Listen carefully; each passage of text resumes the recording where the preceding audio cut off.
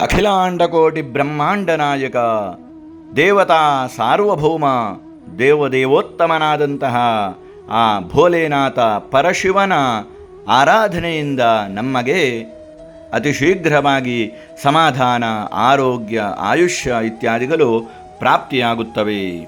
ಈ ಶಿವನು ಸರ್ವಶಕ್ತಿವಂತನಾಗಿದ್ದು ಭೋಲೆನಾಥನಾಗಿ ಭಕ್ತರ ಅಭೀಷ್ಟಗಳನ್ನು ಅತಿ ಸುಲಭದಲ್ಲಿಯೇ ಪೂರೈಸುತ್ತಾನೆ.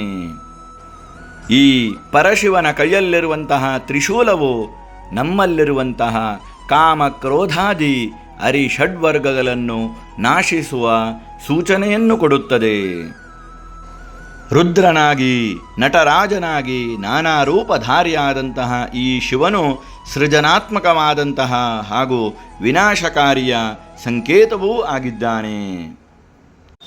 ಈ ಪರಶಿವನು ಸ್ಮಶಾನವಾಸಿ.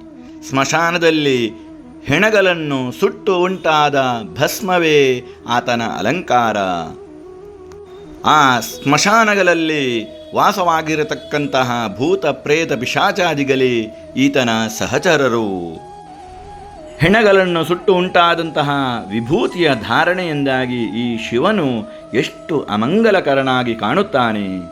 ಆದರೂ ಕೂಡ ಈ ಶಿವನನ್ನು ಭಕ್ತಿಯಿಂದ, ಪರಿಶುದ್ಧವಾದಂತಹ ಮನಸ್ಸಿನಿಂದ ಆರಾಧಿಸುವವರಿಗೆ ಈ ಶಿವನು ಯಾವತ್ತಿಗೂ ಕೂಡ ಮಂಗಲವನ್ನೇ ಉಂಟು ಮಾಡುತ್ತಾನೆ. ಇಂಥ ಪರಶಿವನಿಗೆ ಪರಿಶುದ್ಧವಾದಂತಹ ಭಕ್ತಿಯಿಂದ ಒಂದು ದಲ ಬಿಲ್ವಪತ್ರೆಯನ್ನು ಸಮರ್ಪಿಸಿದರೂ ಆತನು ಸಂತುಷ್ಟನಾಗುತ್ತಾನೆ. ದರ್ಶನಂ ಬಿಲ್ವವೃಕ್ಷಸ್ಯ ಸ್ಪರ್ಶನಂ ಪಾಪನಾಶನಂ ಅಘೋರ ಪಾಪ ಸಂಹಾರಂ ಏಕಬಿಲ್ವಂ ಶಿವಾರ್ಪಣಂ.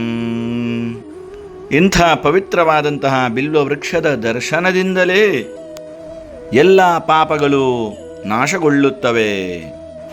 ಒಂದು ಬಿಲ್ವಪತ್ರೆಯನ್ನು ಶಿವನಿಗೆ ಅರ್ಪಿಸುವುದರಿಂದ ಅಘೋರವಾದಂತಹ ಪಾಪಗಳೂ ಕೂಡ ಪ್ರಶಮನಗೊಳ್ಳುತ್ತವೆ.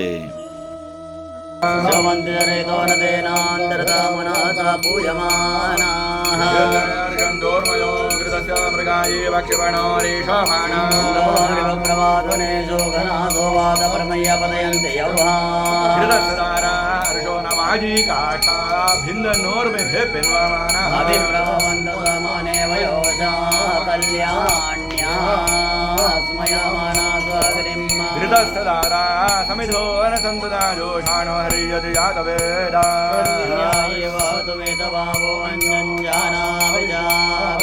ಯತ್ರ ಸೋಮ ಸೂಯತೆ ಯತ್ರ ಯಜ್ಞೋ ಘೃತಸ್ಥದಾರಾ ಅಭಿತತ್ಪವಂದೇ ಅಭ್ಯರ್ಥ ಸೃಷ್ಟಿತಿಂಗವ್ಯಾಮಾಯಮಸ್ಮಾಸು ಭದ್ರಾ ದ್ರವೀಣಾನಿ ದತ್ತಾ ಇಮಂ ಯಜ್ಞನ್ನೋ ಯತ ದೇವತಾನೋ ಘೃತಸ್ಥದಾರಾ ಮಧುಮತ್ಪವಂದೇ ಊರ್ಜಮೇ ಸುನುದಾಶಮೇ ಪಯಶ್ಚಮೇ ರಸಶ್ಚಮೇ ಘೃತಂಚಮೇ ಮಧುಚಮೇ ಸಗ್ಧಿಶ್ಚಮೇ ಸವೇದಿಶ್ಚಮೇ ಕೃಷಿಶ್ಚಮೇ ವೃಶ್ಚಿಶ್ಚಮೇ ಜಯತಂಕಮೌದ್ಭೇದ್ಯಂಚಮೇ ರವಿಶ್ಚಮೇ ರಾಜಶ್ಚಮೇ ಪುಷ್ಟಂಚಮೇ ವಷ್ಟಂಚಮೇ ವಿಭುಜಮೇ ಪ್ರಭುಜಮೇ ಬಹುಜಮೇ ಭೂಯಶ್ಚಮೇ ಪೂರ್ಣಂಚಮೇ ಪೂರ್ಣಧರಂಚಮೇ ಜುಷಮೇ ಭೂಯವಾಶ್ಚಮೇ ಭೂಯವಾಶ್ಚಮೇ ಭೂಯವಾಶ್ಚಮೇ ಭೂಯವಾಶ್ಚಮೇ ಭೂಯವಾಶ್ಚಮೇ ಭೂಯವಾಶ್ಚಮೇ ಭೂಯವಾಶ್ಚಮೇ ಭೂಯವಾಶ್ಚಮೇ ಭೂಯವಾಶ್ಚಮೇ ಭೂಯವಾಶ್ಚಮೇ ನಂಚಮೇ ಜೋಶ್ಚಮೇ ವ್ರಿಯಶ್ಚಮೇ ವಾಶ್ಚಮೇ ಮಾಸಾಶ್ಚಮೇ ತಿಲಾಶ್ಚಮೇ ಮುದ್ರಾಶ್ಚಮೇ.